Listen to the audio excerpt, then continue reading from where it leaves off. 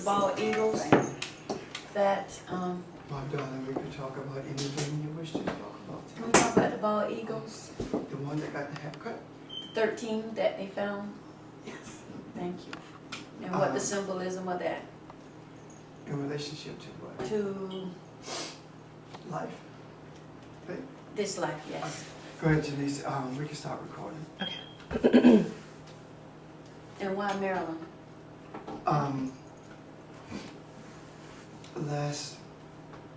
Last week we talked about Cain and Abel and Adam and Eve from a different perspective than we have in the past, and we began to see that there were concepts as opposed to individual people. And it's something that I wanted to bring to the bring to the forefront about that. And it's tied into the book that Barbara shared with me, Dying to Be Me. Based upon that, it undergirds what we've always believed, but it gives me a greater clarity that we are concepts. We've always said it, but it gives me a greater clarity as to what that means and how it and what it entails.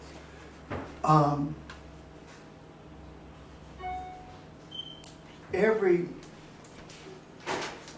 holy book that I've read, I have been, thank you, dear. Every holy book that I've read, when I think about it, I see the same thing. That it's more conceptual than it is natural in terms of this natural physical world. Okay.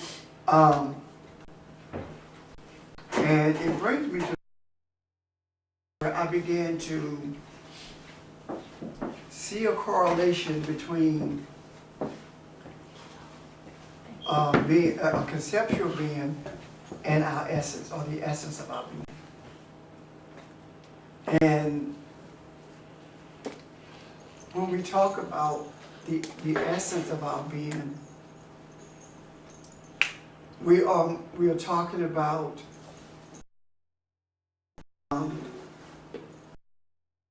we are in but who we really are in terms of our true experiences. And the true experiences of which I speak are those experiences that involve the recognition of our existence being beyond these bodies of ours. And when we think about it conceptually, the conceptions that we are, or the concepts that we are simply an attempt to explain what our essence is. Can you see that? Mm-hmm. Because when we look at Cain, talks about being a wanderer in terms of thoughts and things and stuff. That's a conceptual attempt to explain the essence of who we are. And the limitations that we have are self-imposed. And the self-imposed limitations that we have are unintentional on our behalf, and they're unintentional based upon the fact that we're ignorant of the idea of our doing that. We don't do it intentionally, we do it out of ignorance. We're not aware that we are not human.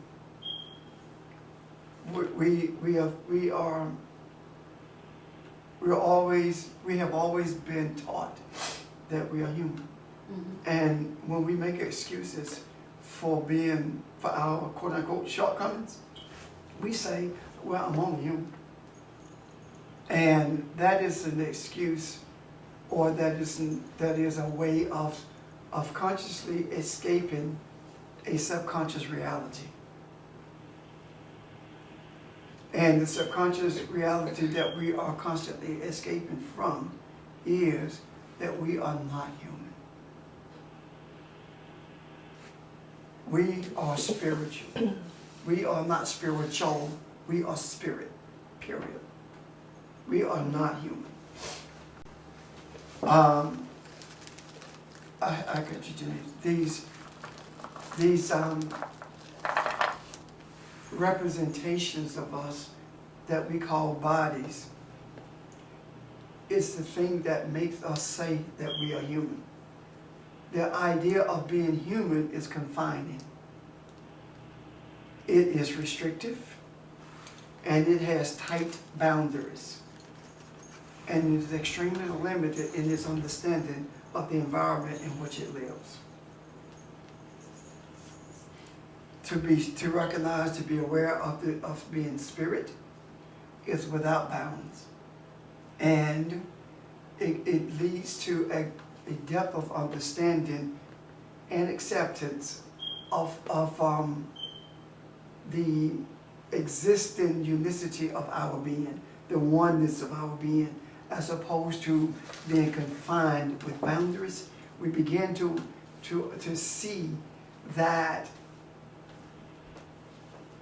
when we finish up each other's sentence, it's simply because we are recognizing that we are one. When we experience each other's difficulties as well as joys, we are experiencing that we are one. And even the idea of someone pulling up to a stop sign and pulling out in front of you, and you feel that they're going to do that, is you don't feel that you're experiencing it, because we are one. You're experiencing what they're about to do because that's just a part of the conceptual you that you're experiencing at that moment. And with intimacy, when people become intimate in what we call a physical way, is more of a spiritual relationship or a spiritual oneness than we realize, and that is one of the reasons we begin to take on the nature of each other. And it's not necessarily a physical nature, but have you not said that people have been together so long they begin to look alike? And it's because there is an essence of each person or each being that you are seeing. Each one of these confining, constricted bodies or houses that you're seeing. That's why we say that you've been together so long in the beginning, because you're expressive of the essence of each other. Denise? Okay. Does that make sense? So, We get glimpses of that from an initial human experience, I think. So, there was one time in here we talked about that we had several experiences. One of my experiences was when I was in junior high school. And we were in the gym, and we all did this dance called the Tiger Walk. Everybody at the same time. There were a couple of teachers who didn't know it, but they were of another persuasion. yeah. But everybody was doing the Tiger Walk, and while you were doing that Tiger Walk, because there was no semblance of me. It was just like you were caught up in this oneness of Yes. oneness, one but many concept. And for the period of time it took for that music to get all the way through that, it was an experience of this oneness concept, though maybe not to the extent that, we thought it was spiritual, but we were on one accord, one mind, and that was, you weren't even aware that you were dancing. You just knew that there was something bigger than you that was going on, because I'm talking about 150, 200 children, Yeah. all of them, doing the same thing. And who started it? You know, it's not a who, it's what we do. Like at the funeral, I was the night that covered me black as a pit from pole to pole. I think of God's may be from Mount Carmel. So when I ended, I was talking about this guy who, I was speaking at the funeral of the guy who I grew up with. And I said, I want to leave you with this. And I began to quote Invictus. And after the night that covered me, and you could tell everyone who went to Sam, everyone joined in the course of it. But this is the other part of it. At every stopping point, every pause, everybody was on the same page, because all of us learned it the same way. Mm-hmm. And we're talking about, what, 48 years ago? Well, longer than that, because we learned it in the 9th grade. Mm-hmm. We've been out of school since the 9th grade. It's been almost 58 years Mm-hmm. since the 9th grade. So that oneness is there. That feeling is there. The expression you feel that you speak, Bob, is there. It's not. It's there with the dance. It's there with the poetry. Is there with the breathing. Is there with the emotions. When the kids were killed at Sandy Hook, the emotional experiences were there. When the act took place in San Bernardino, the emotions were there. Oklahoma City, the emotions were there. It was an experience that we were not physically connected to, but we weren't even spiritually connected to it, but we are the spiritual essence of what took place. We are it. But even the Charleston Yes. night, Right. you know, based on the response, the oneness, you felt that. And look what happened when there was a oneness based upon some children being killed in Sandy Hook. Nothing changed. You know, I think that's part of what we need to share in June. These examples of oneness, so that people can see that, you know, there are illusions of this physical that can tap us into that oneness. Right. And if we recognize it, see, we think these things happen all the time, but we're so busy being human until we don't see them. Right. Because look, with the Sandy Hook thing, there's a deep-seated emotional connection there, but nothing changed. With the Charleston event, it did change. It did, yeah. You see what I'm talking about? Mm-hmm. So in order for things to change, it has to be the perpetrators who changes it. And the perpetrators at Sandy Hook was not just the man who walked in the room. It was also the one who produced the weapon. It was also the ones who protects the weapon that was produced and the results of that production. And it was done against them. Them meaning they felt like it doesn't involve you. But when it involved racism, something changed. It's almost like the incidents that happen with what is often referred to as black on black crime. Nobody wants, we don't respond to that the way we do with crime perpetrated by the authorities, police force. And it's not just white folks, it's black folks too, on the police force. We respond to that. But it's like when we do things similar to ourselves in this human form, we don't respond. It's when it crossed the lines. It's when you understand what I'm trying to say? Yeah. That's when we seem to respond to it. I think what's on our shoulders is to be more expressive and to be and to acknowledge more of the conceptual essence of our uniqueness and unicity. And I'll explain uniqueness in a moment. When we are more expressive and acknowledging of it, it gives us more of an opportunity to change the attitude, the prevalent attitude that's in this realm. See, when we start talking about racism, it was not about changing the attitude of racism, but it was about defining or defining the experience of racism and defying the reactions to it. In other words, no matter what happened racially, we're not going to react to it because we understand that there is a lack of awareness on the part of the perpetrators as to who they are. That's what changes it. But as long as to respond to it in kind is like fighting someone and trying to disconnect from them at the same time. You can't have a physical altercation and be detached from the person with whom you're fighting. You got to stay in the same boat together. It's almost like this concept, boxing with God or something. Yes, that kind of, yeah. Used to So, say. and it's, you can't do both things at the same time. But when you expose it for what it is and refuse to respond to it or to react to it, then you're not looking at it from afar. You are injecting light so that the darkness can be exposed. And with that exposure, there are more and more people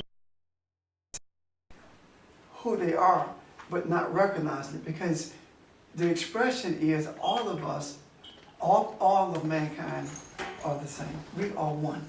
We are all humans, regardless of your race. We are all human. That's what's being recognized. But the reality of it is, it's beyond the human aspect of it, and that's the part they don't see. When we see something, we feel a need to identify it, to label it. And to identify or to label something is to restrict it. The me, when I label this body as me, now I have restricted me.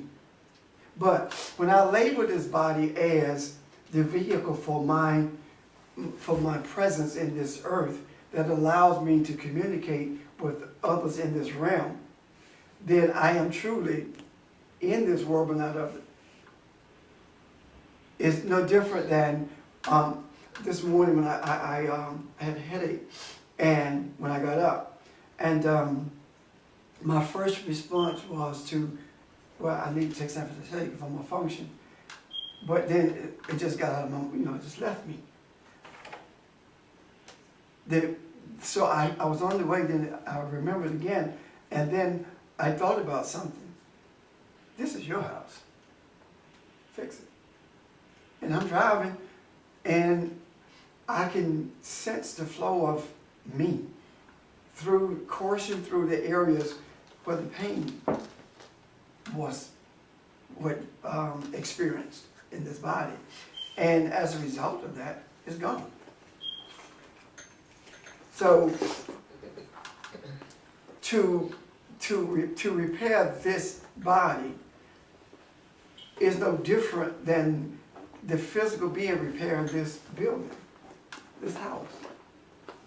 The difference is that I don't have to do anything but embrace who I am in order to repair this body, as opposed to all these ritualistic things that we're told we must do. This evening, I have to do a wedding today, and I was struggling writing the vows. I just left it alone. And then last night when I went to the rehearsal, I was so doggone tired. It was difficult for me to focus on where I was going. But when I got there and we did the walkthrough, then it dawned on me the reason I couldn't write them. I had to get the energy of what was taking place between these two in order for me to be able to structure what needed to be done. And one of the things that I wrote in speaking to the Declaration of Intent is that while this ceremony is not a ritual, it embraces all rituals, but in itself it's not a ritual. The idea of it embracing our ritual is that all these things that are called rituals are things that have been labeled and singled out and filtered out as a result of someone's experiences. And because someone experienced it, they said that this is what you must do in order to get this result. That's a ritual. But if we understand who we are, then the things that we do are actually things that we are not doing. It's simply being who we are. It's simply embracing that I am spirit and I'm not physical. It's simply recognizing that regardless of as was stated by the lady in the book, but my words, paraphrasing her, is more of understanding that there is no doing. It's simply being. There are no actions that we have to physically engage in order to bring about or to be or to experience the essence of who we are. There's no, when I don't have to hoop, I don't have to sing, I don't have to audibly pray, I don't have to do these things in order to arrive at this place where I am aware of the presence of the quote-unquote Holy Spirit. So you say it's not a recipe? Absolutely. A little bit of this and a hoop a little bit. Yeah, and that's exactly what the ritual is. It's almost like a maiden ritual. In order for you to become intimate with the Spirit, these are the things that you have to do. And if you don't do them, you can't make. So now you are manipulated into quote-unquote maiden because people are telling you what you need to do. And that you're not one of us if you don't do it. That's indoctrinal manipulation. That's doctrinal manipulation, I should say. Okay. So when I talk about the uniqueness of who we are, the uniqueness of it is not unique in that nothing else exists the way we exist. Nothing else exists from the form or that we exist in. And the form that we exist in is one of spirit, of energy, right? Mm-hmm. Everything is spirit and energy. But we are unique in that we are the dominant force of this earth realm. We are the God of this earth, not gods. God of this earth. Gods in terms of essence, the different essence of our being, but when we as one, the God of this earth realm. Now there are those who would beg to differ, but then I would point them to the scripture that says that we were instructed to dominate the earth. And if we are to have dominion over the earth, then the only way to have dominion over that which is created is for you to be the God of that creation. The disconnect there, though, is that we don't understand that we are a spirit. And so when we say we have to be the God of this earth, that means the God of this, also this flesh as well. It's difficult to, because we don't understand that we're spirit. Then we have all of this other stuff saying, religion says you can't be God, you can't be God, you can't be God. In other words, we mix in Hashem, who is greater than anything, with what we were trying to express as being the God of this earth realm. And so it tells us that, no, I can't be God, but really, it's two different things. We're just not aware of it. One is without boundaries. The other is the boundaries of this earth realm. So, it's Well, hard for me to articulate it. The latter part of that, it matters not how straight the gate are, how charged with punishment the scrolls. I am the master of my fate. I am the captain of my soul. Yeah. That, to me, encapsulates it all. It's to me, it's an articulation of what you were expressing. It's a way to say that because I'm to dominate this earth, whatever fate befalls me, I mastered it. I'm the master of it.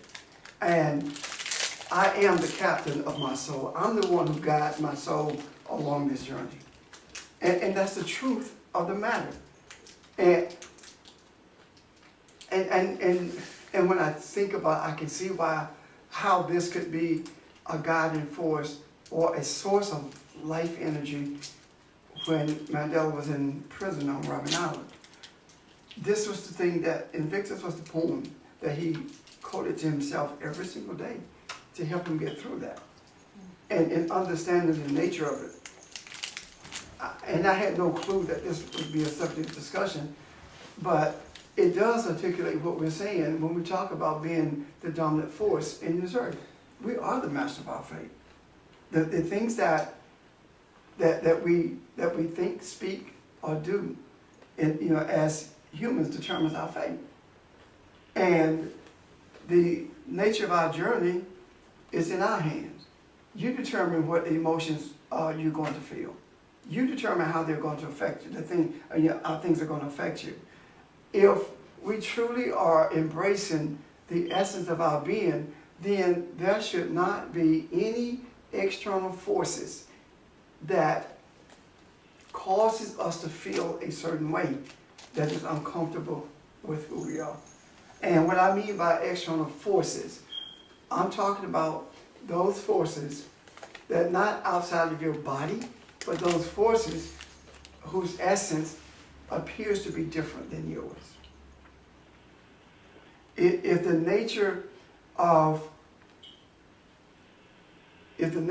Judy's nature is to become and loving and kind, that's the essence that Judy expresses, and her mate Johnny decides that he's going to be mean to her, then that essence that he's expressing is also her essence, but it is external of the concepts that she has created herself to be.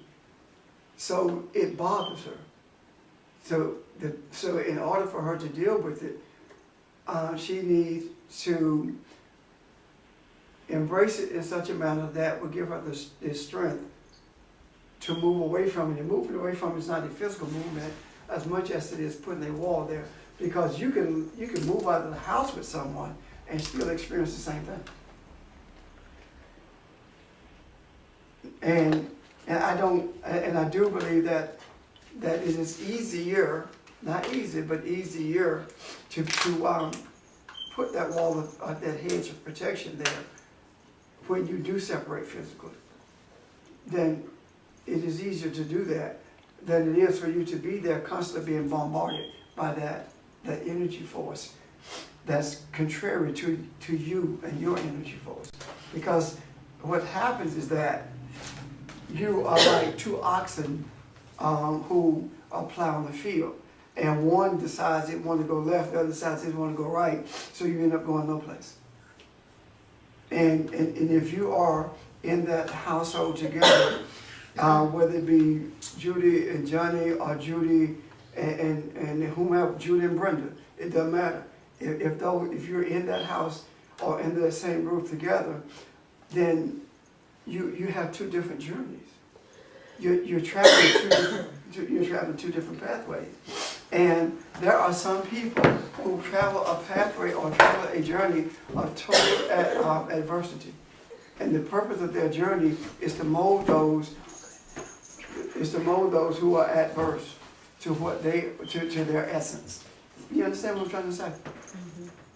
that there are people out there who are in your life for the purpose of showing you what you need to work with, what you need to deal with in your life. And some of your boyfriend, your husband, your wife, your girlfriend, your mate, whatever, your mom, your daddy, they are there. And if you see them as being just mean to you or not, or hating you, or if you're asking, okay, God, why me? You're not facing the reality of what's taking place. It's not a why me as much as it is, okay, how do I balance this energy in my life? Not in another person's life. Right. In your life. Because you can't change anyone except you. And if you attempt to change someone other than you, then you are putting yourself in the place of the Father, of a woman. Because you are shaping them in your image. Anger, frustration comes as a result of you not getting the outcome that you think you deserve or that you desire. So when you get angry with somebody because of what they said or did, that's not the outcome you want, is it? No. So you get angry. So instead of trying to change them, change you. Change you. Change your address. Does that make sense? But the other thing too is that things happen to influence me, to help me change the things I can change. But because we're all connected, that ultimately still influences others. Absolutely. So And what I go through, the struggles, are not just for me never. only. And that's it, and that's where the limitations come in. When we think it is our burden, it's mine. You know, this is what's happening to me. No. This is something that you are being shown that you need to deal with. Because the one who you is accusing of doing this to you or saying this to you is you. Because you're me and I'm you. It's something that we need to deal with in order to bring balance to that energy. And when we bring balance to the energy in ourselves, you will find that people approach you different. They don't deal with you the same way.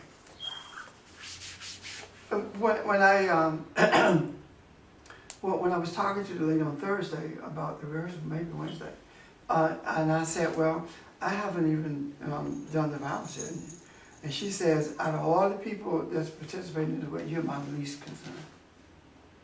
And then last night, you was talking about things that could possibly happen, and even how they wanted to do it, because the ballroom said it's totally different than church structured church setting.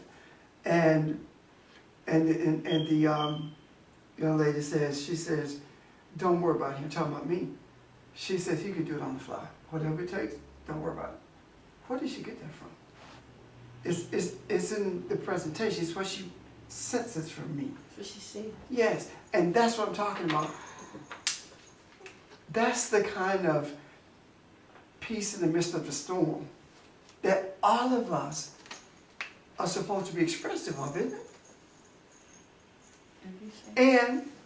And when we don't do that, that's when I said, Janice, I need to talk to you for a moment. I just need to hear. What am I doing? I'm drawing that energy from her to bring balance to my energy. You see? That's what I'm doing. One of the ladies said to me last night, she called me, and she's going through some things, and she said, God, you sound tired. I said, well, I am. And she said, well, you need to tell people some of the things they need to grow up and handle themselves, right? I said, well, I'm talking to you. So I'm too worn out to talk to everyone except you.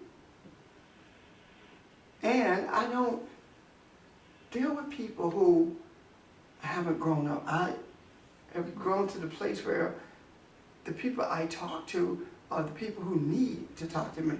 If someone who's not dealing with what they need to deal with, I tell them, you know, this is not the first time you dealt with this thing. So when you decide that you really want to let it go, call me. But until then, don't.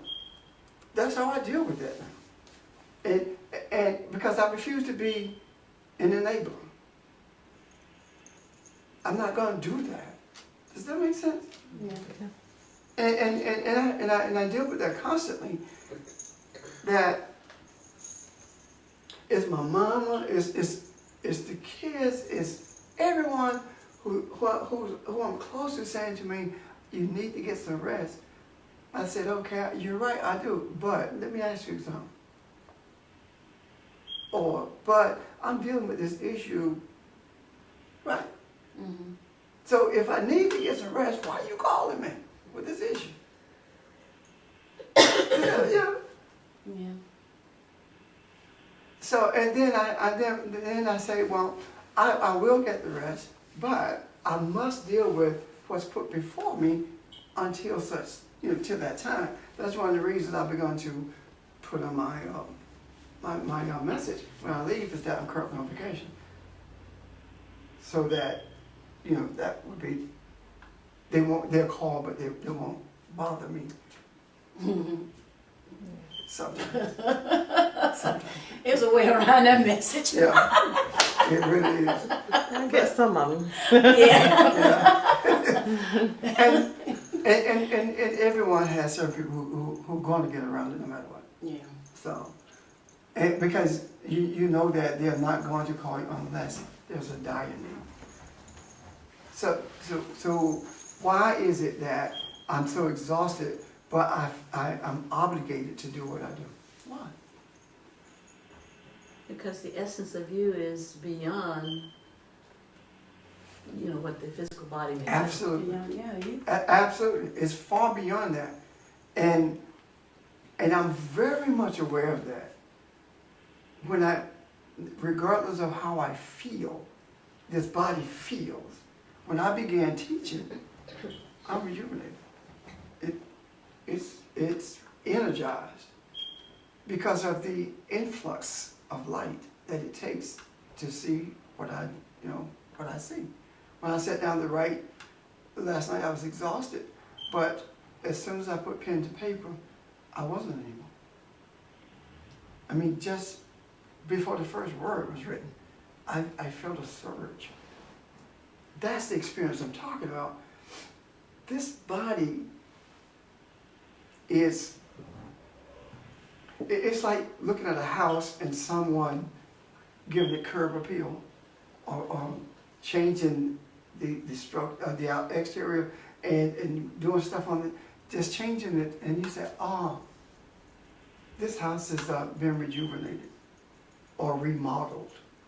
That's the body.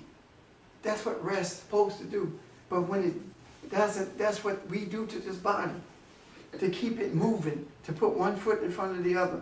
Why? Because if you realize that every one of us is in this earth realm to bring balance from the other side so that this realm can also be balanced, if we understand that, then it's easier to bring balance to your body when it's exhausted.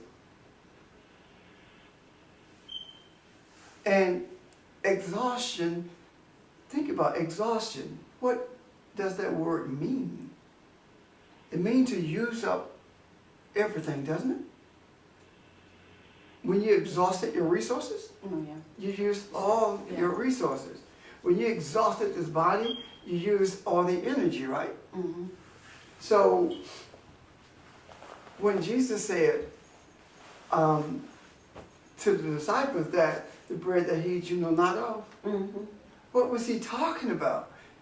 The source that energizes my body, you are not even aware of it yet. Your body is energized with the minerals of this earth realm, the things that you have brought into being so that you can keep this body strong. But what energizes my body is from the other world, because I'm in this world but not of this world. Can you see that? Yes. So, with with the small amount of rest and the poor, the infrequency, because I don't have poor eating habits, is that I don't eat frequently. With those two in play, it would seem as though I should be unhealthy, right? But the strength comes from another place. And I say all of that to say that the essence of our being, to embrace the essence of our being is to embrace the reality of being spirit and the illusion of being human. Are you with me? So to embrace the reality of being spirit, but also embrace meaning be aware that The being illusion. human is the illusion. Yeah, being human is the illusion. See, if we are human, this body makes us human, right? Is that not what makes us human? Yes. If we are human, then when the spirit leaves this body, it becomes inanimate, doesn't it? Yeah, How can it move if we're not in it? true. So if it becomes inanimate, then this cannot be who we are. It can't possibly be who we are. Now, the idea of being human is to think in earth consciousness and function in earth consciousness. In other words, it's to think physically, in physical terms, all the time.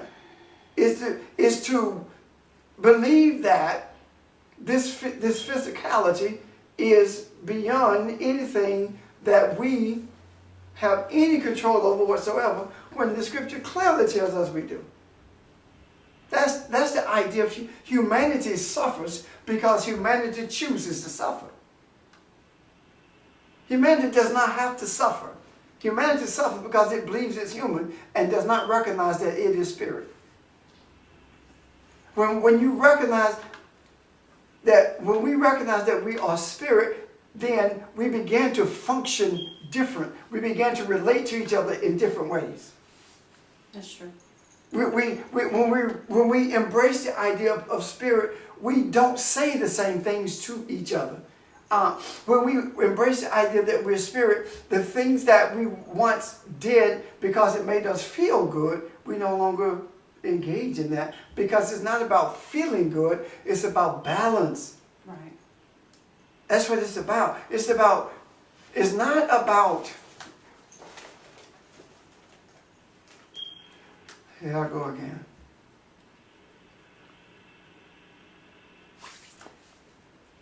Go ahead. I'd say the things that feel good change. They Right? do. Balance becomes more pleasurable than what do. you may have done before. Right. And you find yourself being being cognizant Mm-hmm. of who you're with. Yep.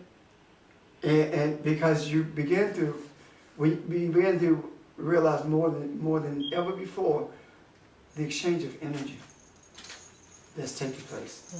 Mm-hmm. And that makes everything truly different. That is the reason I don't believe when in Rome do as the Romans do. That's why I don't believe if eating meat offends my brother, I won't eat meat. I believe that just if eating meat offends my brother, I'm not going to eat it. I'm not going to eat it. I think it's wrong, because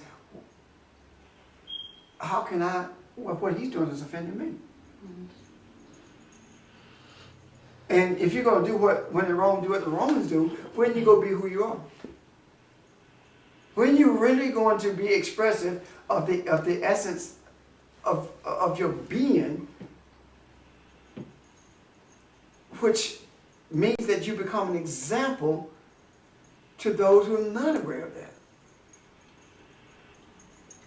I'm not going to run up and down the aisle simply because I'm in a congregation where they run up and down the aisle.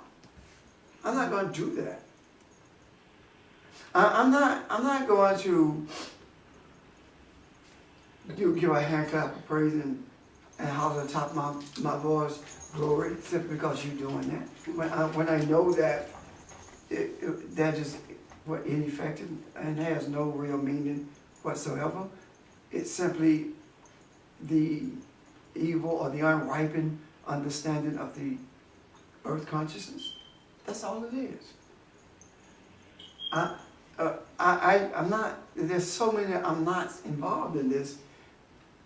The volume of your voice has nothing to do with whether or not you are heard in the other realm. The tone of your voice has nothing to do with the presence of your being, which is spirit, right? Has nothing to do with that. The singing has nothing to do with that. It may be that you need to sing to block out earthly things and open yourself up to those things. But I don't have to do that. God forbid if I had to sing to do it. I'd be in trouble. I had to call somebody and say, Barbara, y'all come sing for me. I mean, you understand what I'm saying? Yeah. Meditation doesn't change anything. Meditation quietens you so you can be more aware. It's not even an opportunity to receive. I take that back. Because it's not, you're not receiving anything. You're becoming aware of everything. Can you see that? This lady talked about the idea of being unconditional love. One thing she said was, if you are loving, or if you feel you have to love someone, then there has to be a receiver and a giver, which means there's duality. And if there's duality, there's no oneness. So, but if you understand that you are indeed unconditional love, then there's no effort to love anybody. There's no doing. That's just who you are. Right. And it made all the sense in the world to me. And if you take that and continue the journey of the idea of love, when Janice said earlier that it feels different, is that when the essence that you are attracted to intertwines, it's a different feeling than, or it's a different type of expression that you are. Can you see that? It's a different expression of it. And that expression of it is only restricted by you. And the restriction of it is not that I'm going to give you X amount. That's not the restriction. The restriction of it is that everyone is not open to receive or open to interact with you at that place where you are. And and that is why you are not, quote unquote, attracted to that. You understand what I'm saying? Hello? Yeah. So you don't do that.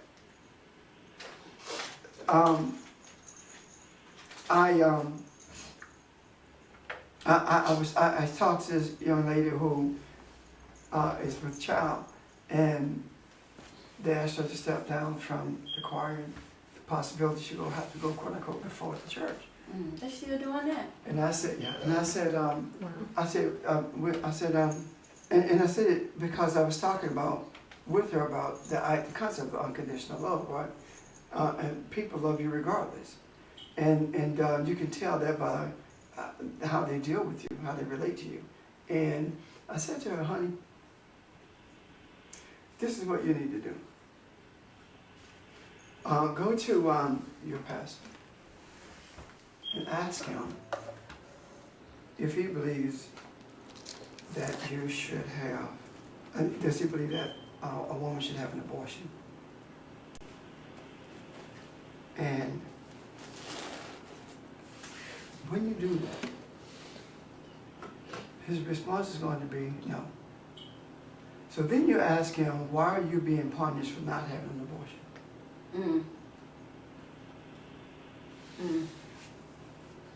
Then he's going to say, I'm not punishing you. he's going to say, it's not the pregnancy is what you did to get pregnant, then you ask him, do you abstain since you're not married? Or you abstain? Do you think that I'm the only one in here who's engaged in intercourse? So I'm being punished for something that everyone else is doing. No. So let's go back then. You punish me for not having an abortion. Because the only reason you're doing this is because of what you see here, right? Mhm. She kind of laughed and said, you know what? I'm going to do that. Uh-oh. And knowing her, Oh dear. she's going to do that.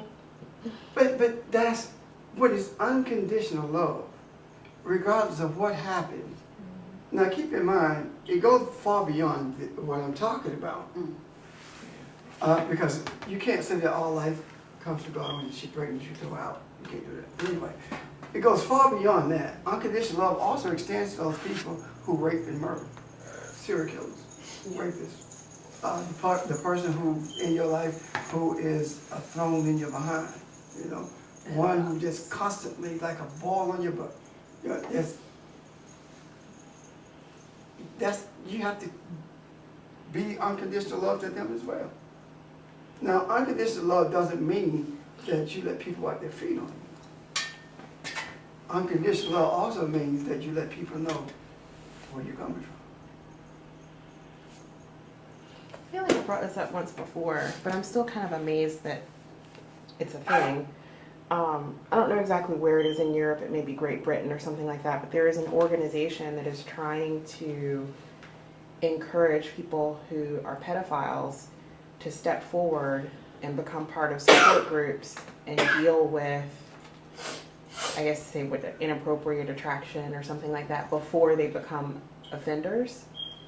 And I'm like, I can't even imagine something like that happening in this country because we don't have, because you're talking about unconditional love, and I'm like, we don't see them as people who have an issue that needs to be dealt with. They're just monsters. Right. They should be locked away or killed or whatever. And monsters are always those people. Monsters are defined, are labeled by those people who are in power. Yeah. Homosexuals were labeled and still are as monsters. Yeah. But you will engage with one in the bathroom at the train station.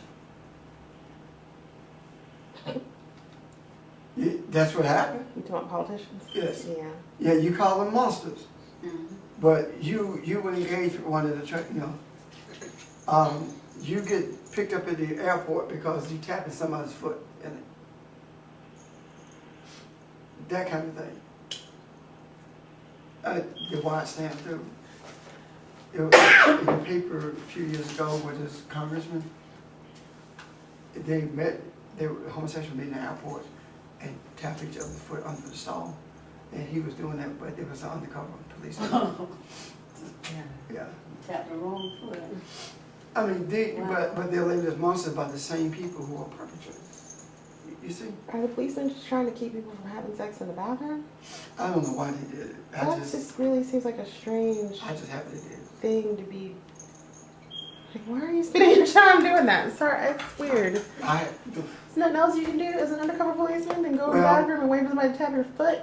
Well, first of all, I'm like, they I guess it's, to have sex in the bathroom that's illegal, probably. becomes, it's like at Milliken Park, where people were engaging in homosexual activity on a regular basis, and it was a problem for people who were using the facilities and their kids.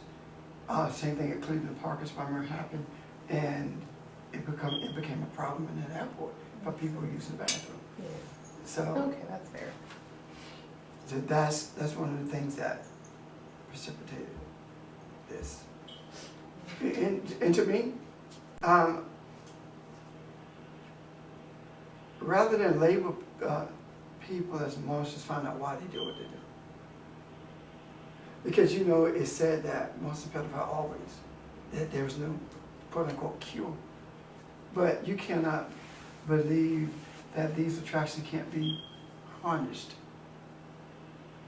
And you can't believe that they cannot be harnessed and say you believe that there's a higher being also. Now, if you really want to take it to the nth degree, where did it come from? That's the question. And he breathed in his face and he became a living soul. Where did it come from? Where did these emotions, these feelings, these desires come from? It's on that unripened tree. And they need to be ripened. They need to be brought to a place of balance. You can't do that by sweeping it under the rug or by labeling people as monsters. You have to deal with it. You have to deal with it. And there is someone I know personally who was labeled, who has the label as a pedophile sex offender.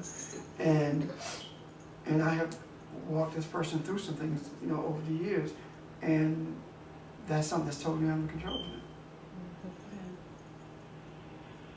And I'm not trying to justify anything. I'm just dealing with the reality of it. It's there. If they were not there, MAMBLA would not be a real organization. But it is. And so, anyway, I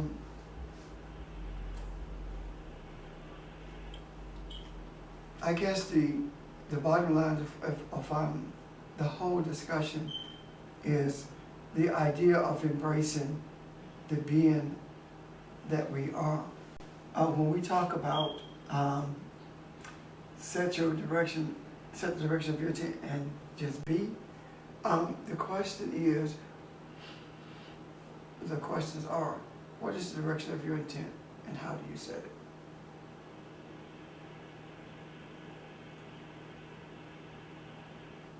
That's not rhetorical.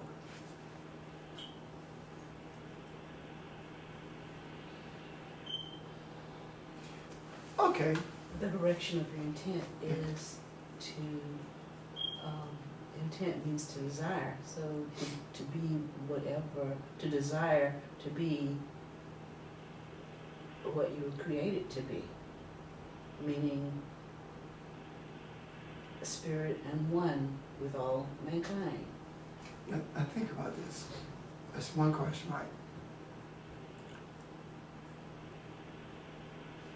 One of the most articulate people I've ever met is Barbara. But look how she struggled with that. Mm-hmm. You see what I'm talking about? It's not as easy as we think it is to be expressive of our intent from a spiritual perspective. You understand what I'm trying to say to you? That's because, it's so hard It is. to put spiritual things into a physical language. Yes, the context of it is so different. It's more about an experience than it is about Boxing it up, and because when you put words on it, you bound it. I mean, the Yeah. very nature of words is that it's a box, and whatever that box means is all it can mean for the person who's That's it. hearing it. I'm with you on me, Todd. Then, Well, when you asked that question, what came to me was to live in the now. Because you don't know, you may say that my intent is to do this or to do that, but you never know what you're going to do until you're faced with it. So that's why when you said that, I thought about living in the now, because just living in the now. have no tomorrow dreams. Yeah. And what I mean by that is, it's not about what I'm going to do if somebody does this to me. Right. Live the way you dream. You dream in the past, present, and future, all at once. You see everything going on, don't you? Yeah. Live that way. The desire is to live. Why? Because we were created to be that way. That's how we were created. It's not about me saying, okay, I'm going to this wedding today, and then if this does not take place, then I'm going to do this. No, I'm just going. And the things that I wrote, I'll read them. But guess what? I'm probably going to say much more than I wrote. I just let it be what it is. And had I not written anything, it wouldn't have mattered. Because I would have stood there and looked at the program and doing what's necessary based upon, for example, each wedding is different in terms of the way the program is organized. So what I do is structured based upon the program they want because it's their wedding. Greetings, declaration of intent, a poem, vows, rings. I just stand there and deal with the greeting aspect of it. And just ad-libbing, you know? It doesn't matter to me. Why? Because I truly believe that everything, every resource that we need is in us. I believe that. We are the source of everything that's needed to function in this realm. We don't have to have any resources to function in the other realm because we are that realm. But we need resources to function in this realm. And the resources that we need to function in this realm are ways to articulate the wisdom that we bring into this realm. Ways to be expressive to those who are not aware that there is another realm that exists before death. You don't have to die to be enlightened. The lady that died to be me found out she didn't have to die to be enlightened, but she became enlightened as a result of it. You don't have to die to be, you don't have to die to be one with the Father. Jesus told us that. You don't have to do that. And you don't have to die and go to heaven to be one with the Father. No, you don't. Say that is right. And It's that now thing that you're talking about. And this is why we create the hell thing. It's because we are angry with people for what they did, so they got to get punished because they treated us so bad. Why are you here? Vengeance is mine, saith the Lord. So if you really believe that you aren't supposed to have vengeance, why you worry about what happened to someone who did something to you? Leave them alone. You're going to get yours. The thing that I want you to get when you do something that throws me off balance is who you are. That's all I want you to get, who you are. I don't want you to be punished. I don't want you to be beat up and browbeaten. Only if that's what it takes for you to see who you are. That's it. If you just come to a realization of who you are based upon my saying, you know what, I'm done. I can't do this anymore. And you see a reflection of yourself. And it happens. How many times have you heard somebody say, oh my God, what have I done? Because you've seen a reflection of what transpired, of the imbalance in your life. If that's what it takes, that's fine. That is fine. But to wish that someone would spend an eternity being punished for some things that they did to you, what about you? Right. Right. That's the whole concept of hell. That the idea of going to quote unquote heaven is because I'm afraid of going to hell. It's not about I love the Lord and I'm going to heaven because I love the Lord. If that's the case, then don't be afraid to die. I mean, it's so contradictory. Yes. It's so contradictory until it can't possibly be real. Can't.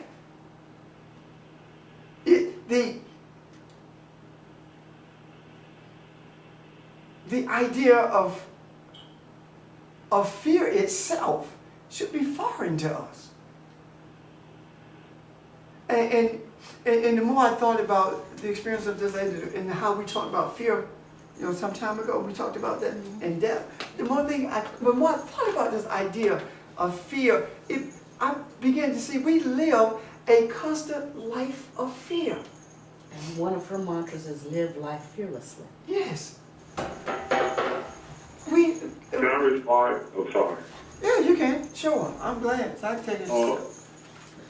I wanted to respond on the direction of our intent and how we said it because it has a correlation of fear. Right. In terms of setting a direction of your intent, or excuse me, the direction of your intent. The direction of your intent is that of yourself that you give life to or that you allow to prosper. underlying thing that drives your life, and it drives your reaction, and it drives your experiences in every single moment. Your reactions, etc.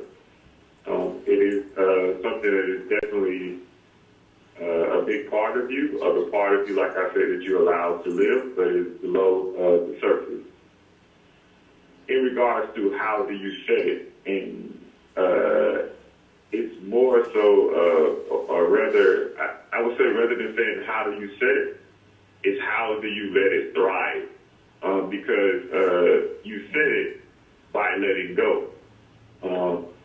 And by the letting go part, I mean, you don't put restrictions on yourself. You don't put restrictions on what you believe you are, what you can do, etc. And hence, that is where the fear comes in at. Fear, or trying not to do something, it's just something that is restrictive and is cutting you off and limiting yourself. Based upon some type of lack of ability or capabilities of doing something or being something. So the direction of your tent is what you allow, the part of yourself that you allow to thrive or to be, while the other part remain dormant, because who and what you are never ceases to exist. It is only dormant or seems dormant because you have chosen, we have chosen not to experience that particular thing. To set it, you simply more so let go. Yes, it's a lot easier said than done, and I'm like it was already said, these words do not do justice for the essence of what we're actually trying to speak about in the English language, or in a really kind of non-spirit language. You have to talk to yourself to let go. You have to talk yourself into it. Because we're so accustomed to fixing things or holding on to things or getting even with stuff. You have to, it's something that we call it a grieving process. But it's just getting yourself to a place where you just release it. And whether it's frustration or anger or doubt or greed, all of these things are based upon fear. All of them. You're frustrated because you're afraid things are not going the way you want them to go. Mm-hmm. You're angry because you're afraid things are going to get worse. You're greedy because you're afraid you're going to have lack. I mean, all of these things are based on fear. Yeah. A lot of people go to church that you just mentioned with the sole purpose of avoiding hell. Avoiding hell? Yeah. And living in it every day. Living in it every day. Yeah. And because I've had people in relationships to go before the pastor and tell them, my husband is beating me. And he's extremely violent towards me. And he says, we're going to pray about this. And we're going to work through this because God does not want you to be divorced. Are you kidding me? The first time that you think about hitting, you're already divorced or dead. One or two, what you think? Yeah. I mean, so these, to me, the best way, the only way I know to make any attempt to live without fear is to live in the now. Whatever is happening at this moment is supposed to be happening. The whys of it are not important. If they are, then I'll see it. If not, I won't. That's, to me, my intent is to be who I was created to be, and the way that I set that direction is by living in the now, regardless of what I experience It is an experience that I need at this moment. I was feeling the way you feel. And there are times I live in the moment. But one day last week, this man, I take my time going across these railroad tracks on the back road. What's that back road there? Anyway, they're real deep. Pineview. Yeah. And I always take my time because I don't want to mess my car up. Well, I wasn't going across the track fast enough. So this man passed me, and he wasn't supposed to. And we talked about that driver that cuts in front of you. Anyway, I saw my knuckle going up. You know, after the knuckle, there's a finger. Was I wrong for feeling that way? No. I didn't see the knuckle. I saw the knuckle in my mind because I was finna give him one. No, you were not. If you say there is no right or wrong. First of all, Okay. if to say that is to say that it is to suppress that urge, which means you never deal with it. Okay. Recognizing what your experience was at that moment and resisting it is what helps you live in the now. And I heard this voice that's on my left side, which is Barbara Simons, saying something about, you know how we are when we want to give him the finger. Just like Christmas God. You can just hear their mind, giving the finger. And I said, you know what? Thanks, Barb. And I needed that. that's drawing energy from each other. Okay. It's something I struggle with too. And I mean, I get really angry. Like, it happens very, very quickly. And I mean, there are times I've taken my seatbelt off because I was ready to get out of the car. I had something happen at a stoplight once, and I didn't even recognize what was happening until I reached for the car door to open the car. But I recognize it. For me, it feels like a disregard for life, that someone is so casual, like you're driving this enormous weapon and you could kill anyone. And I don't know how to get past that. Well, I've been there. Have you taken your I seatbelt got off? I got out the car. we were coming from DC. We stopped to eat the kids, and I were coming from DC. They were, I think it's after college, and this guy cut me off, and he was behind the car and stopped at the light, and I got out the car, and he rolled his window up. I was gonna pull him out of the car, and then I got ready to hit the window, and something came and said stop. Yeah. Got back in the car. When I got back in the car, I was like, big and saucy, right? Yeah. After that, I began to talk to myself about it. Why did you do this? The same reason that you came up with. How are you going to disregard the life of these people in this vehicle and everybody else around us? No way was that to be a two-car accident with the number of people around me. Exactly. And then I began to talk to myself every time I felt that. Now it doesn't bother me. Now this has been a long time. It was around, 98? Because I think that's the year Kate graduated from college. Yeah. She and Malika. So now that I am where I am in terms of understanding, in the event that happens, it's supposed to happen at that moment. If they die, they die. Would it hurt me? Of course. But there's a purpose for everything that happens. And we have to resolve ourselves to that. Because if they are supposed to die, jumping out the car is not going to stop it. You might die. Yeah. You know? But the even greater resolution is resolving self to the fact that even if they die, that's not the end. Yeah. That's what's more difficult. It's like the thing that Rain described with the spaceship thing, some time ago, which realizes that there is life after this thing that we call life, I have a comment. One, I'm just glad 2 of the last 3 people do not carry guns.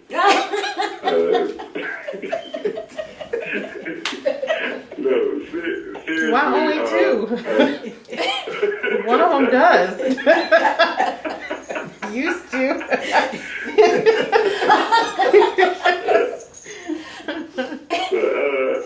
The other thing is, as we talk about living in the moment, we talk about being in the now.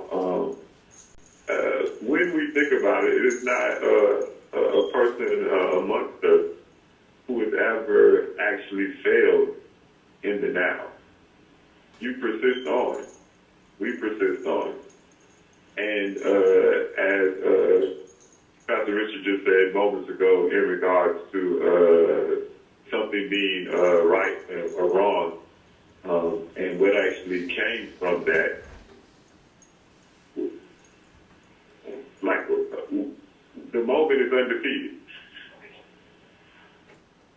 Living in the moment is undefeated. Every decision that has been made, and we are still here. So it is ourselves who fight against this moment thing. And the answer is always there. If the answer wasn't always there, then, for lack of better words, what this is, our reality, our experience, our spirit would have ended. This, when you don't live in the now, and when you see, the reason you want to get out of the car because you see something that's being wrong, you're afraid of what may have happened, right? Mhm. That's the fear. That's one of those things that we have talked about that results in our bodies being sick. Okay. That's one of the things the lady talked about, her body being sick. We talked about this. Being afraid. Right? In fear. Fear. Fear can paralyze or mobilize. Mhm. And it depends on how you deal with it. Wow. But more importantly, in order to get to a point where you instantaneously become angry, that's rage. Oh no, it definitely is. And Yes. rage is more deadly to the one who has the rage than it is to the one it's being perpetrated against or pushed toward. Rage will make you, rage will kill your body. Rage can result in heart attack, stroke, cancer, all kinds of things. When your goal, your intent, your desire is a continuous peace, and you recognize those things that you need to work on by virtue of them being presented to you, that journey towards continuous peace, not only is it embarked upon, but it is experienced. It's like you recognize the opportunity to be angry, but you choose not to, and then you pat yourself on the back. That's fine. Yeah, I didn't do it that time. You know, that means that not only are you on the journey, but you're recognizing it. You're becoming aware of who you are, and you will stop fighting yourself. You will stop warring against yourself by virtue of warring against someone else. That's the difference. See, the same trip that we were on that I explained, we were in DC, and I went to a street where I was accustomed to going when I lived there close to the White House. And when I turned on the street, all of a sudden these black SUVs appeared in front of me and behind me. The guy jumps out and said, "This is a restricted area." I didn't jump out of them. I said, "Okay." Okay. I recognized the difference. The other guy was not protecting an area. Yeah. You see? Yes. Mm-hmm. That's a difference in the two. The same expression, the same way I express myself doing the experience and recognizing that was their job to do what they were doing, Mhm. that same thing should have been expressed when the guy cut me off. Can you see that? I should have the same attitude. Okay, Okay, all right. this is it. You know, it's not the same expression I make towards them because it's a different situation, but the same attitude has to be present. And that's the attitude of calmness, of peace, of desire to move beyond. Is that it? Can you see this? Yeah. And Sheldon said that one of the statements he made was that it's easier said than done, but it never gets done if you only say it.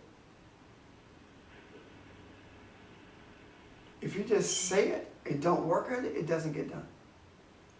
And if you say it and it doesn't begin to happen, it means you don't believe it. Yeah, I think part of the work to actually do it is to it's work in letting go, work in believing, you know, to be able to walk into the moment, in that moment. And So that's the idea of being in the moment, in that moment. That's the work. The work is letting go of letting go, which is, and letting go is the opposite of fear. One of the things that I have found recently that helps in that area tremendously is telling myself to the point where now I embrace it. I don't have faith that things will work. I know they will. I don't have faith in becoming what I was created to be. I know I am that. You see the difference? Mm-hmm. Faith is not enough. Faith is simply hoping that something is going to happen. And faith is seemingly in the future too. Yes, right. Knowing is in the now. If I was expressive of faith as I was when we began to deal with turning storms and stuff, Mm-hmm. they would never turn because I understand more. To whom much is given, much is required. This is just not stuff. This is wisdom. This is understanding. This is spiritual enlightenment. So the more enlightened I become, the more is expected of me. So if I'm expressive of having faith in something, it never happens because I know better. Yeah, Mercy there's doesn't- some other person who's right there. Right. And that's what's keeping them there. And that's what will one day propel them on to the next step, the faith. Right, because mercy is not there for me, but it Exactly. is for them. Exactly. Because guess what? Faith is faith that brought me to the place of knowing. Faith is the train that I rode to the station of knowing. And I stayed there on that train, regardless of the number of stops that it made or the bumps that it hit. The curves that they had to slow down for, the hills that they couldn't climb. I stayed right there. And now I'm at a place of knowing, but there are times when I have to hold on to the rails of the station so I don't get pulled back into this idea of faith. Does that make sense to you? It does. We have to move beyond just hoping and to the place of knowing, being so intimate with the Creator until we know it without having to say it. We know it without having to feel it. Someone says, can you help me, blah, blah, blah. I got this. That's the end of it. I move on to the next thing. I'm glad we're talking about this today because for two reasons. One, every time I get I'm talking about fear right now because every time I get a text from these people, soon as I see the name, something just comes right over me. And it's because I've dealt with them in the past with so much Other stuff. this and that. And I'm glad we're talking about that because I have to transform that fear into something positive now. And like you said, if it happens, whatever happens, it's meant to happen. Yeah, and And it's okay. It doesn't mean you're not going to be heartbroken. Right. It doesn't mean you're not going to shed some tears. It doesn't mean that you're not going to experience anger or whatever. It doesn't mean you're not going to experience hurt. But embrace it. Don't lie about it. Don't run from it. I knew it had to happen. Doesn't even bother me. Yes, it does. Yes, it does. Mm-hmm. I knew Mama was going to die, or I knew that this was going to be in. It does. This person of whom I speak has done things to his body that is so horrific. I don't want to talk about. And when they died, it hurt. It brought tears because of the closeness there. So, but at the same time, I understand that this was to be. It had to be this way. For what reasons, I don't know yet. It may never know. It doesn't matter. Right. You see? So I don't want us to get to the place where we get this being stoic in a false way. Mm-hmm. I'm strong enough to over. No, you're not. Right. No, you're not. If you think you are that strong, someone close to you or you, let the doctor tell you you got stage 4 cancer and you have 6 weeks to live. Mm-hmm. Let's see how strong you are. You know, this is not about individuality. This is about the collective. Why is it that if something like that happens, we call someone to talk to them about it? Because we need their strength. We need that energy. Right. When Carla called me that day, she said, I have not even told Robbie yet. I don't know how to tell him. And I said to her, don't right now. Let's work with you first so that when you tell him, you don't have to go through what you're feeling right now again. Let's deal with this thing. And she said, but I don't want him to see my fear. I said, no. Embrace it. He needs to see your fear because it's real. And he's going to have it also. And when she did tell him, he and I talked. And my thing was, say what you need to say. I don't care how. I know you're angry with the Creator. Say it. Mm-hmm. Be expressive of your anger. Don't lie and talk about because of your walk with God, you this and you that. Hell, you ain't that. You are angry now. Let's deal with this. And after a couple of weeks of this, the intensity of it all, and I'm talking about phone calls 2, 3 o'clock in the morning, and sometimes back to back, all night long. Dealing with this, not so much dealing with the idea of the transitioning. That's not the fear. Dealing with her fear, dealing with her pain, and I'm talking about emotional being greater than the physical endurance of the pain. Dealing with Robbie's pain. These things were done. Why? Until we got to a place where she said, you know what? When I leave this earth, it will not be because of cancer. I will not die from cancer. Cancer will not kill me. This body is mine. And when she transitioned, her death certificate says natural causes. Cancer didn't. She chose to leave him. That's what I'm talking about. Can we also talk about what you were telling me about once we transition, how we're with the Creator? Yes. It's like, you remember us talking about the ocean? Yes. And a glass of water in the ocean? Mm-hmm. That's what we are. And the ocean is everything that is. In the ocean is everything that is. And the lady explained this in the book about the light. And I'll deal with it the way she did it in a moment, okay? Okay. And the ocean is everything that is, and we're a glass of water in it. And if you see how the clarity of that glass, or if you see a glass that's dark, us as skinned people, Mm-hmm. in different colors of glasses, but all of them in the same ocean. And when you transition, the glass just turns upside down and pulls out. So you're back into this ocean. You're there in the midst of it all. And you're in the midst of everything you came from. But the way she explains it is that it's like being in a warehouse with a flashlight. And all you can see in this huge warehouse is what you shine that light on. And the only things that you recognize are the things that you're familiar with. But when you transition, it's like the warehouse is lit up and you see everything in it. You experience everything at one time.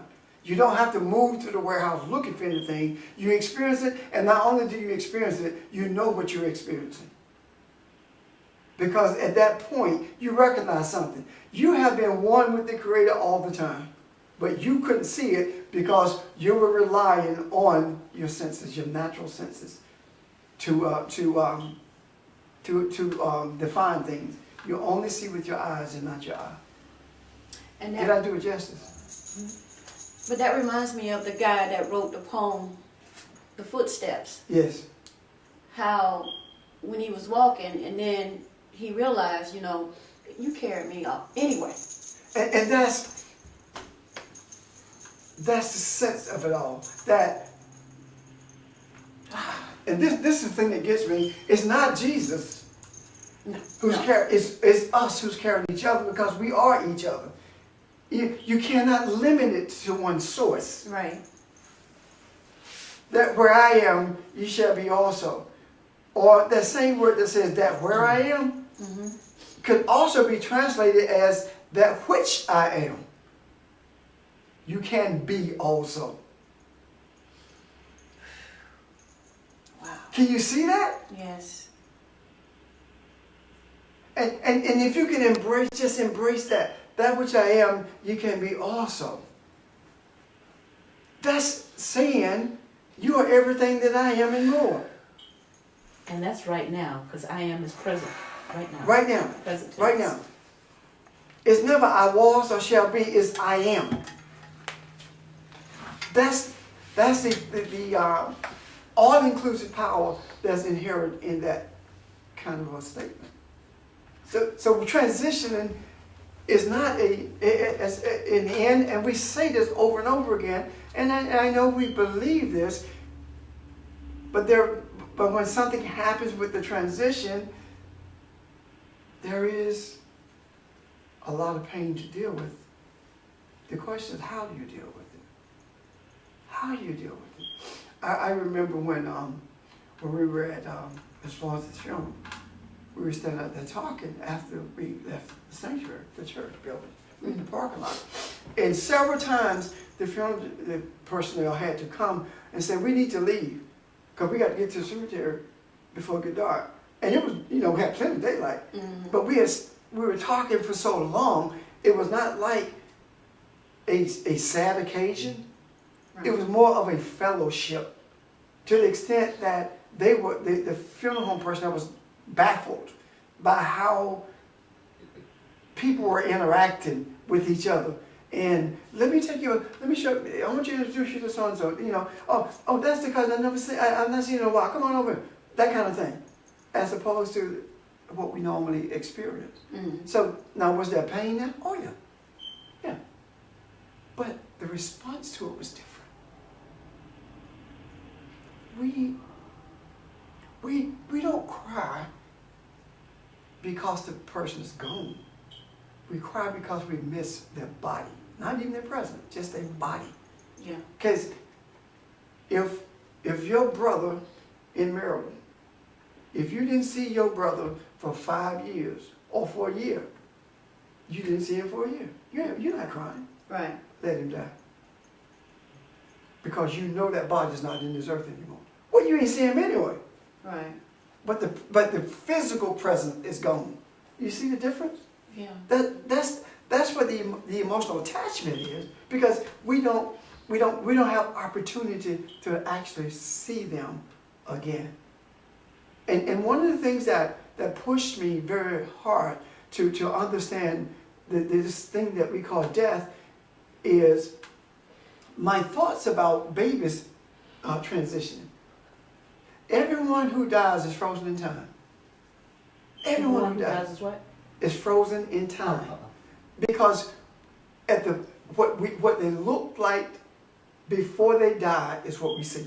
Whether it's a baby, someone middle-aged or older, right? So if that is the case, then that baby, the essence of that baby is always going to be that. If we take the vernacular of the church and say we're gonna reconnect with all of our loved ones, right? Mhm. When you reconnect with that baby, what you gonna tell him? He can't talk. I mean, is he gonna grow to the point where he's gonna mature to the point where he can talk to you? You know, do you need to change his diapers? I mean, think about it. But if you understand that it is not the physical, it is the essence, now you can experience that essence just like we can experience the essence of each other. When we see ourselves in these individual bodies, we experience each other's essence. That is the reason you can walk through the mall and get on and sense that I don't need to be over here. Or you can feel that something is about to happen and you leave.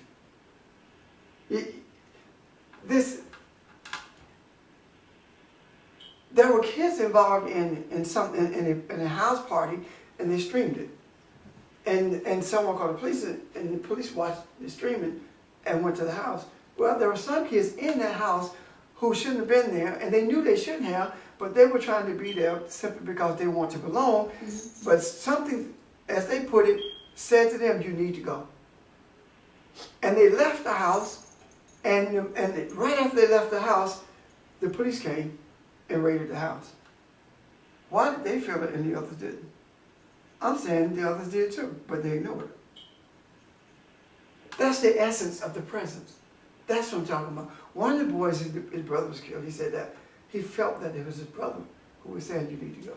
Mm. The essence of that being speaking to us from the other side, not verbally, but experientially. So why am I closer to my dad now, since he transitioned, than I was when he was here? Because you were physically close to him here. And now you are spiritually connected, or recognize the spirituality of it all. That's why. You experience in his essence. The reason he's your dad is because his essence and yours are related. See, all of us have the same thing in us. It's what you have an affinity for. It's what moves you. It's what, you say, float your boat. The essence is there. Why am I? You saw your dad. You experienced your dad. I didn't experience mine at all. So why am I like him?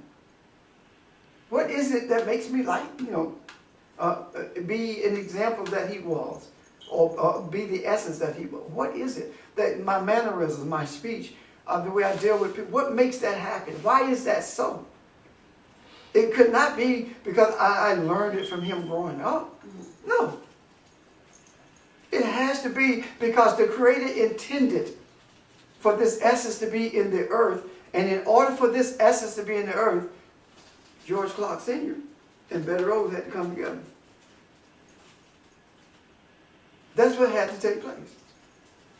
And here this essence is. So why you experience him? Because of the essence. And the more you embrace who you are, the more you will experience it. As a matter of fact, the same thing will happen with your mother. You said will happen? Mm-hmm. Okay. A greater experience than it is right now. Because right now you see her through and experience her through your earthly senses. Mm-hmm. But when you begin to experience it because of who the both of you are, it makes a difference. Okay. Okay? Okay. Any questions? Comments? Just one, because I before you get to Evelyn's initial question about the Oh, yeah, the Eagles. You forgot about that? I did. I was living in the now.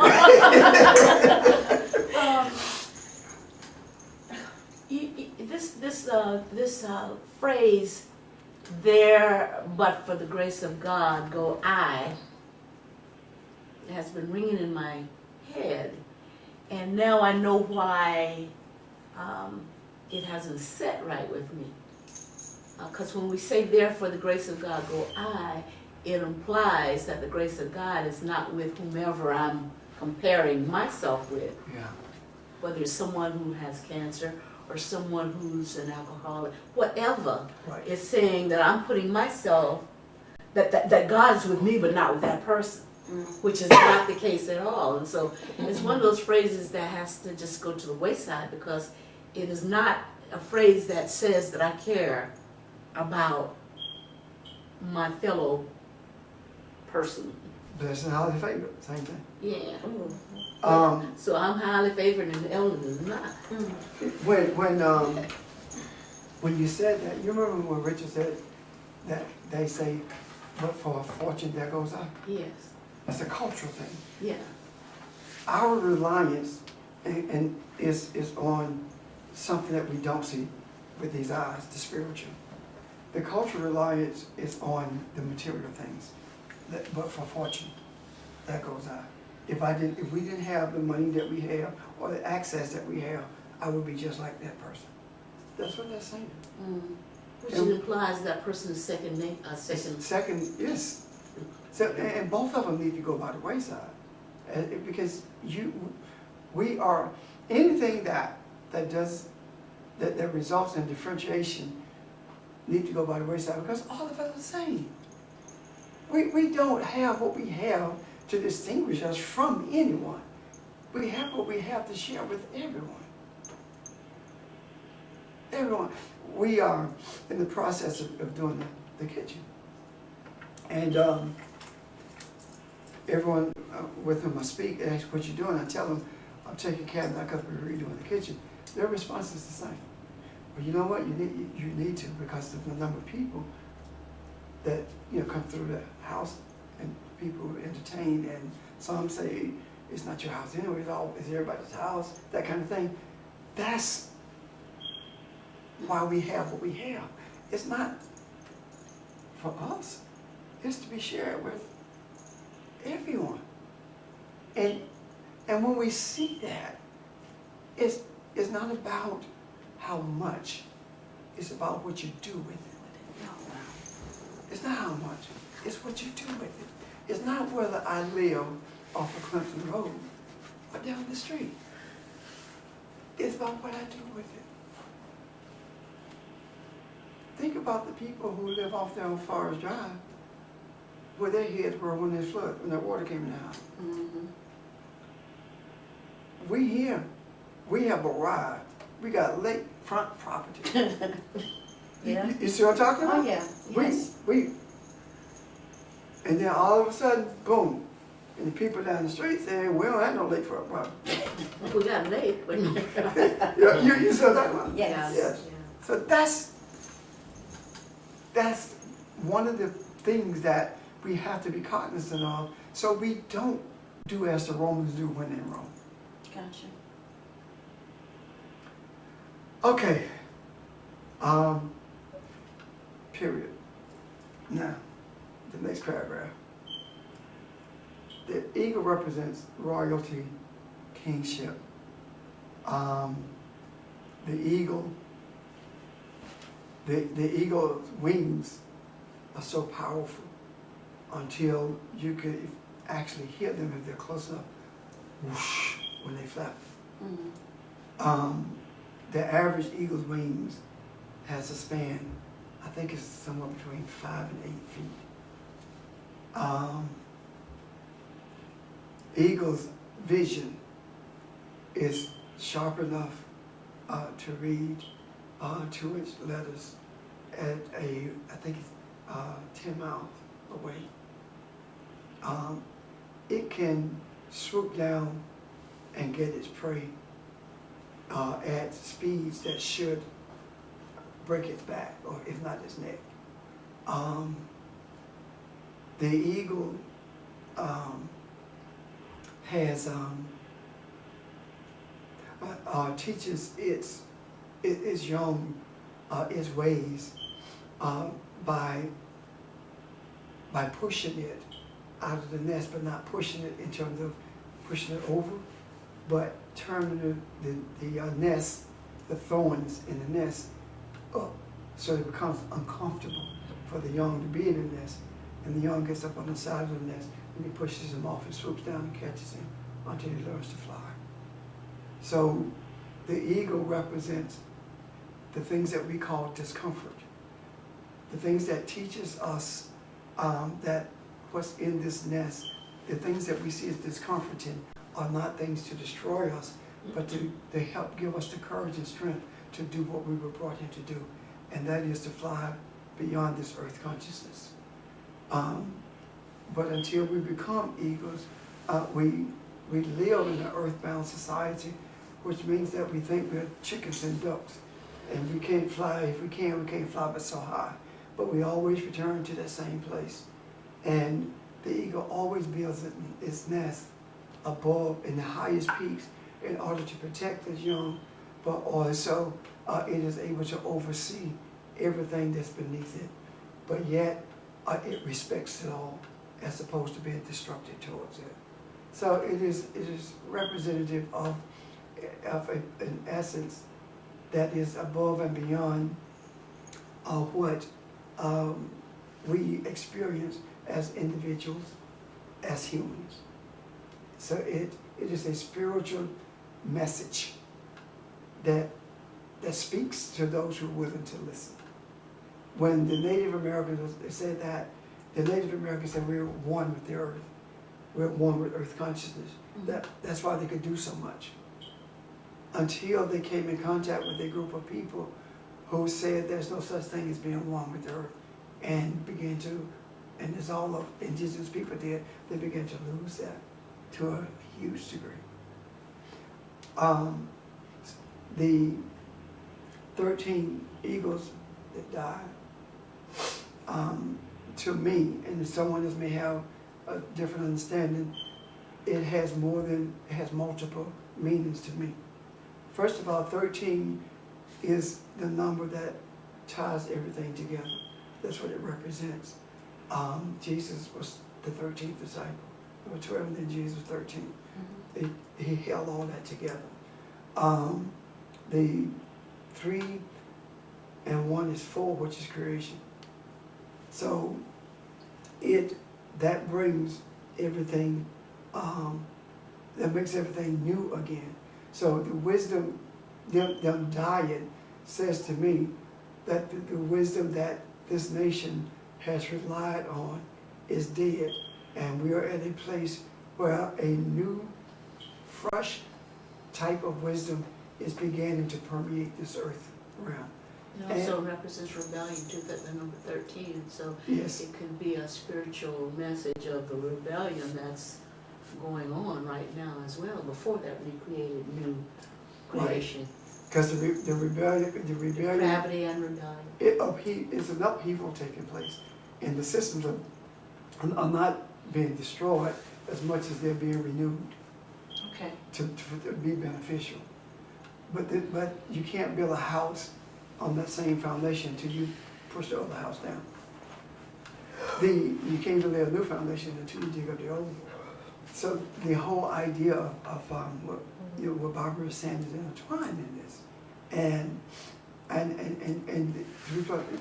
like I said before, then you have 1, which is olive, which is God. Then you have 3, which is divine completeness. So there are multiple meanings in it, and the idea of it being Maryland, I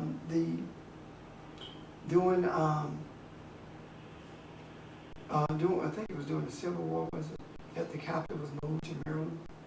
Yes, it's one of the 13 original colonies, and English Roman Catholics. It was established for English Roman Catholics by the sky. Maryland was exactly, yeah, because it was called St. Mary's. Because it was one of the king's wives.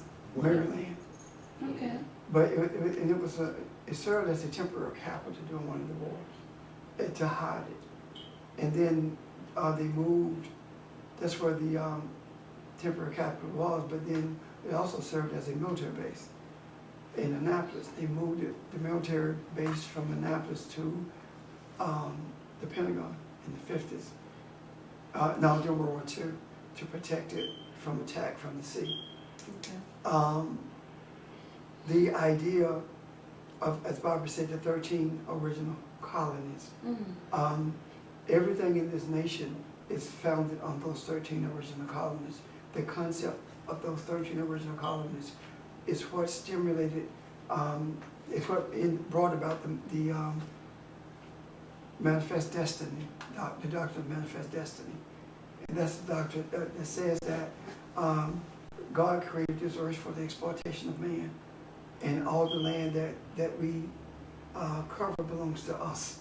In other words, we take all the land that we are able to take, because it is, you ought to read the manifest, the doctrine of manifest destiny. Okay, manifest destiny. Yes. It speaks to a total earth consciousness and ruthlessness of the foundation of this nation. Sounds like Donald Trump. So there, there are multiple meanings, and I'm sure that there are others who see other things in it. Those are the things that I see intertwined in what has taken place. I also believe this, when things like that happen, we recognize it, but we never talk about it until it's time. And when it's time to talk about it, we become the womb for the seed from the other realm. And we're giving birth to that change as we talk about it. Because everything that was created was spoken into being. And the way we speak in the spiritual realm is through thoughts. The way we speak in this realm is verbally. So we're verbalizing the spiritual, which means that both worlds have come together for this change. Any questions about that?